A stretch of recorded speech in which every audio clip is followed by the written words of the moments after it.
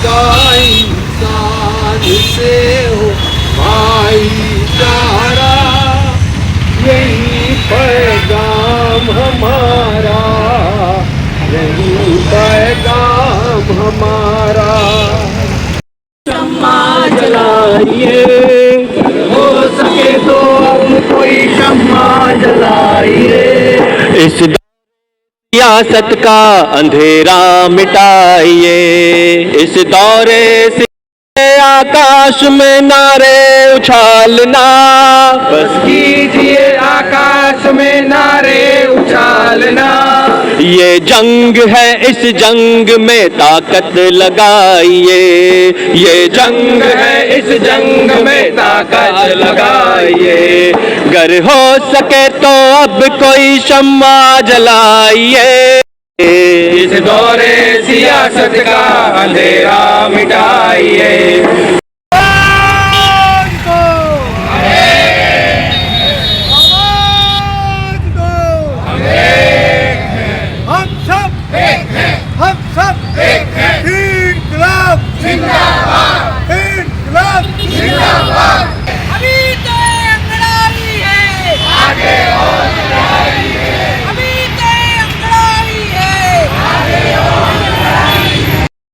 आकाश में नारे उछालना, बस कीजिए आकाश में नारे उछालना।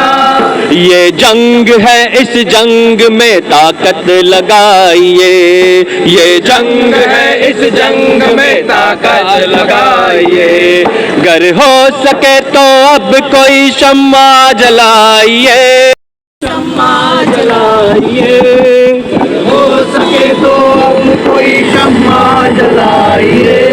इस सियासत का अंधेरा मिटाइए। आदाब, अब तक समाचार में स्वागत है आपका। गुजरात के 2002 के दंगे गोधराकांड हर किसी के जो है दिलों में सदमा पहुंचाते हैं जब भी उसकी बरसी आती है। और यहाँ पर तमाम सामाजिक व आगेवान हिंदू मुस्लिम तमाम लोग ये भाईचारे का पैगाम लेकर हर साल एक प्रोग्राम करते हैं। आज फिर टाउन हॉल एक प्रोग्राम किया गया है।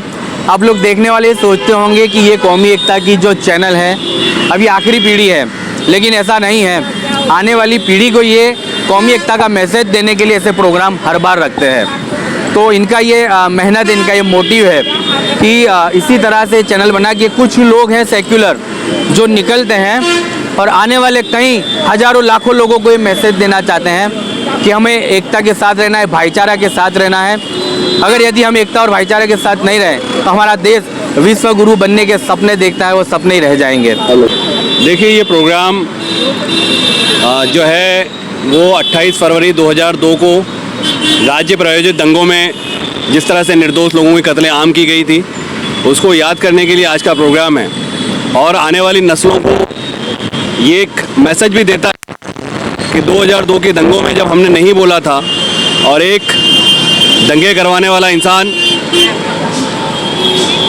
सत्ता के हवस में कहीं से कहीं पहुंच जाता है और उसका असरात जो है वो पूरा देश आज देख रहा है। दंगे 2002 के पहले भी आज़ादी के बाद कई दंगे हुए, लेकिन उसके असरात इतने लंबे कभी नहीं चले।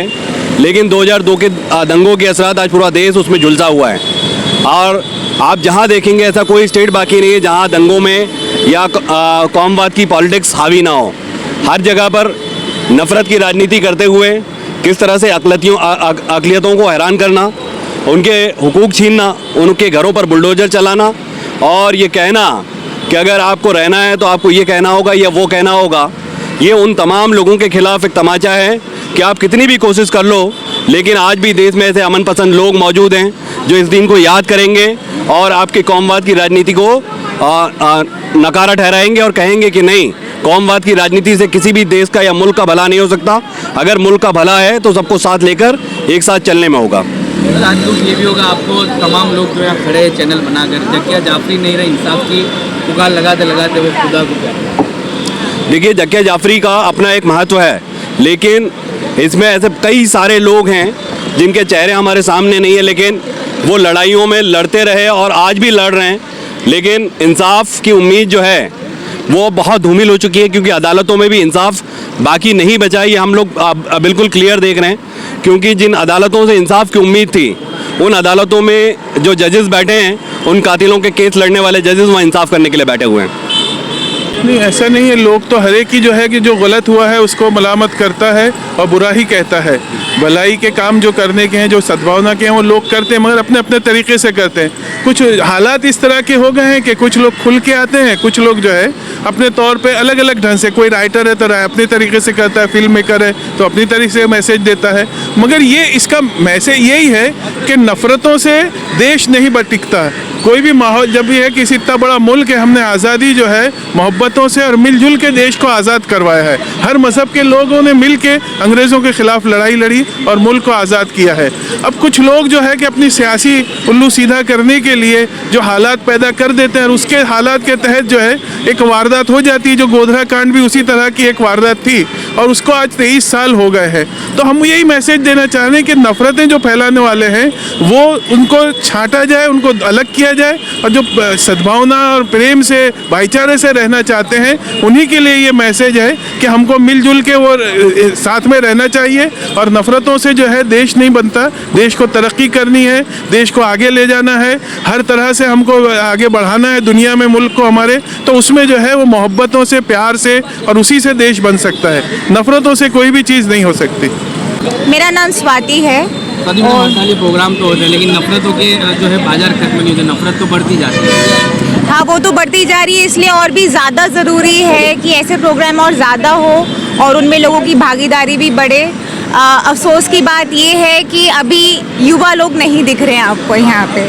मतलब ये जो एक मुश्किल चीज़ होती है ना, सड़क पे 1-1.5 घंटे किसी अपने से बाहर किसी काम के लिए जो एक ज़्यादा लोगों को अफेक्ट करने वाली चीज़ें होती है, उनके लिए जो लोग सड़क पे खड़े होते हैं, उसमें भी अभी हमको सीनियर सिटीजन ज़्यादा दिख रहे हैं और कम उम्र के लोग कम दिख रहे हैं। तो वो भी हमारे एक समाज की बहुत मैं यही बोल रही थी कि युवा लोग नहीं दिख रहे हैं और वो लोग बढ़ चढ़ के इन चीज़ों में नहीं आ रहे हैं। तो जिन लोगों से बदलाव की उम्मीद है वही अगर घर में आराम करते रहेंगे तो ये एक निराशाजनक बात है। बट इसका मतलब ये नहीं है कि जो लोग कर सकते हैं वो ना करें। और हमारी उम्मीद होगी कि हर साल हमको ज़्यादा से ज़्यादा लोग ऐसे प्रोग्रामों से जुड़ते हुए दिखें। और मतलब माफ़ी मांगना इतना मुश्किल नहीं होना चाहिए, मुझे ऐसा लगता है। तो हम भले ही खुद को उस बहुत ही दुखी और नफ़रत भरी जो समस्या है उसका हम खुद को भागीदार माने ना माने, साथ खड़े होके दुख तो मना ही सकते हैं, माफ़ी तो मांग ही सकते हैं, उससे तो कोई छोटा नहीं हो जाता। तो इतनी चेतना होनी चाहिए समाज में, एक जो कलेक्टिव कॉन्शियस होती है सोसाइटी की, तो वो दर्शाना, सबके साथ खड़ा रहना, ये तो एक बहुत छोटी सी चीज़ है जो लोगों को करने में कोई आपत्ति नहीं होनी चाहिए। तो मैं यही चाहूँगी कि अगले साल से जब भी ये प्रोग्राम हो, और मैं चाहूँगी कि ऐसे नए हरकतें ना हो समाज में और ज़्यादा से ज़्यादा युवा लोग भी ऐसे हिस्सा लें ऐसी चीज़ों में। मेरा नाम नूरजहां दीवान है।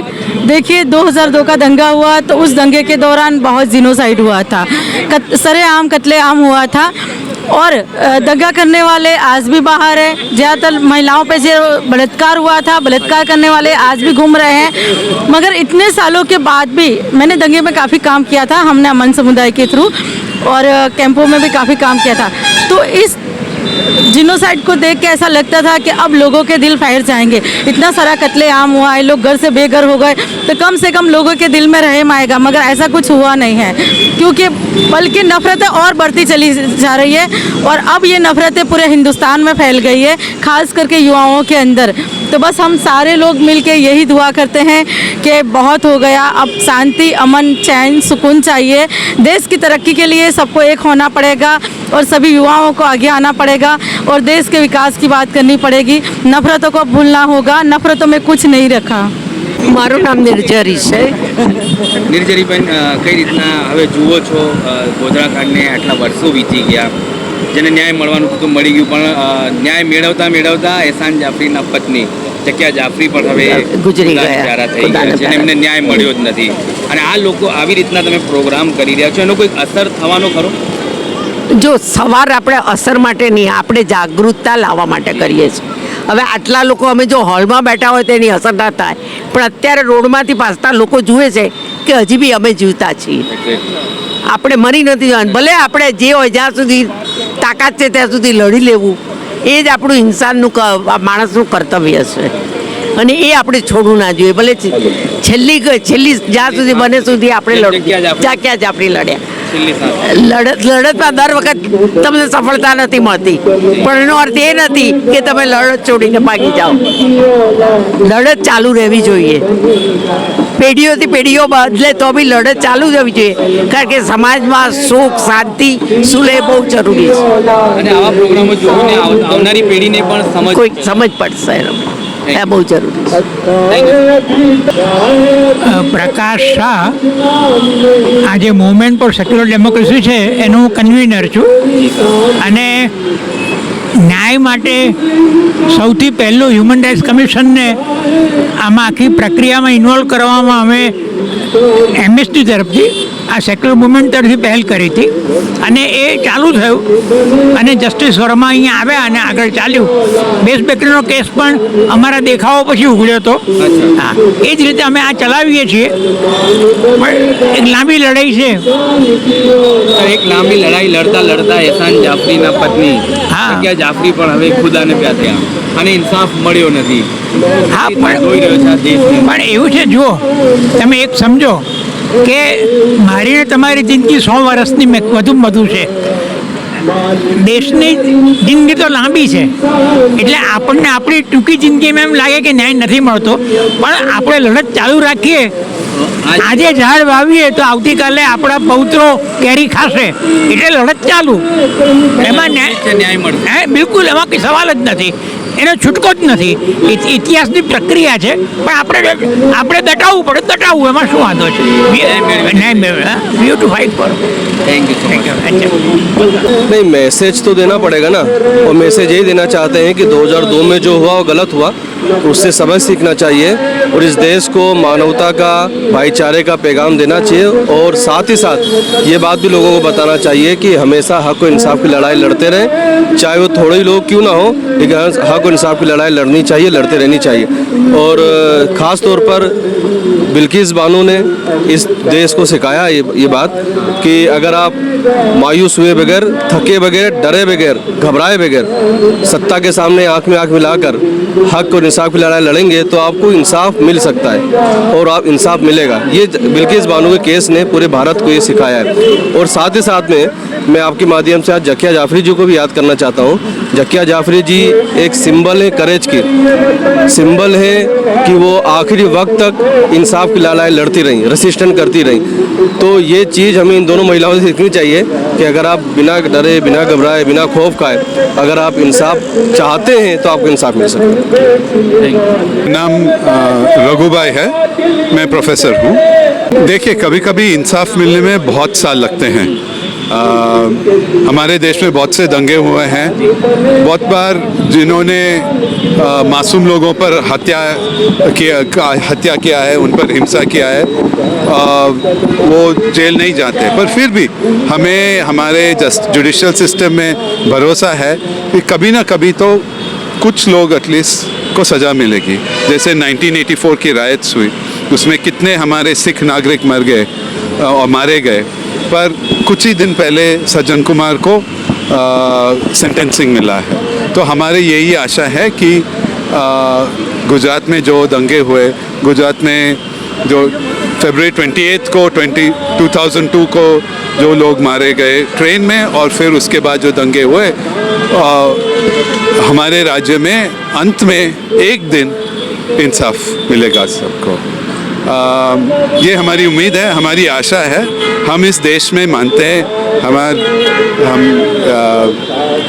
ये कि एक दिन इंसाफ मिलेगा लोगों को. देश में इंसाफ पाते पाते एक देश की बेटी ने बहुत पीड़ा सहन करी, जो बिल्किस बानो, और एक देश की बेटी ऐसी भी थी जो इंसाफ पाते पाते मौत को ये जैसे एक समाज इंसानियत के इवॉल्व होती है और इंसानियत के आधार पर आगे बढ़ती है, तो ये इतना समय नहीं लगेगा इंसाफ पाने में. पर वो हमारी समाज वहाँ तक कभी पहुँची नहीं है. जब हिंसा होती है धर्म के नाम में, जाति के नाम में, इंसाफ तुरंत नहीं मिलती है, पर हम आशा रखते हैं कि हाँ एक दिन आएगा। हाँ, हम अपने देश में फेथ नहीं खो सकते, ये अपना देश है, हमें और हमारे बच्चों को यहाँ ही तो रहना है। हाँ, सब धर्म के, और हम चाहते हैं कि नफ़रत के आधार पर ये देश न बने, पर इंसानियत के आधार पर ये देश बने। चलिए, तो ये वो लोगों की फहरिस्त है जो आप देख रहे हैं, सीनियर सिटीजन भी है इसके अंदर, तमाम धर्म समुदाय के लोग इकट्ठा हैं और ये चाहते हैं कि हम और हमारा देश जो है इस नफ़रत से नहीं बनेगा, हमारा देश जो है नफ़रत के बीच जो है सुपर पावर नहीं बन सकता। कहीं ना कहीं देश को सुपर पावर बनाने के लिए इस अभी हाल में फ़िलहाल में जो नफ़रतें चल रही है उन नफ़रतों को मिटाना पड़ेगा। हर साल ये लोग इस तरह से गोधरा कांड की जो बर्बरता गुजारी गई, जो जेनोसाइड हुआ, उस दिन को लेकर आज भी ये लोग सड़कों पर निकलते हैं। ये चाहते हैं प्रोग्राम तो हॉल में भी हो सकता था, सड़क पे करने की वजह है कि आने जाने वाले लोगों के अंदर भी ये मैसेज जाए कि कुछ सेक्युलर लोग जो है अभी भी जिंदा हैं और आने वाली पीढ़ी को ये मैसेज देना चाहते हैं कि हम और हमारा समाज एक होकर रहना चाहता है, तमाम धर्म समुदाय के लोग एक होकर रहना चाहते हैं। हमारी औलाद, आने वाली नस्लें जो है इस देश में ही पली बड़ी है, उसको छोड़कर जाने वाली नहीं है। हमारा देश है, हमारा मुल्क है, इसको सेक्युलर जैसा पहले सेक्युलर देश हुआ करता था, गंगा जमनी तहजीब हुआ करती थी, उसको फिर से जिंदा करने की ये चैनल जो है हर साल मेहनत करती है और आज के साल भी, आज के दिन भी इन लोगों ने इसी तरह की मेहनत के लिए ये लोग निकले और कहीं ना कहीं इन्हें लग रहा है कि आने वाले दिनों में इन्हें इंसाफ भी मिलेगा। जिन केसों में गोधरा कांड के अंदर इंसाफ नहीं मिला, इंसाफ की इनको उम्मीदें भी है और उस उम्मीदों के बीच ये हर साल प्रोग्राम करते हैं।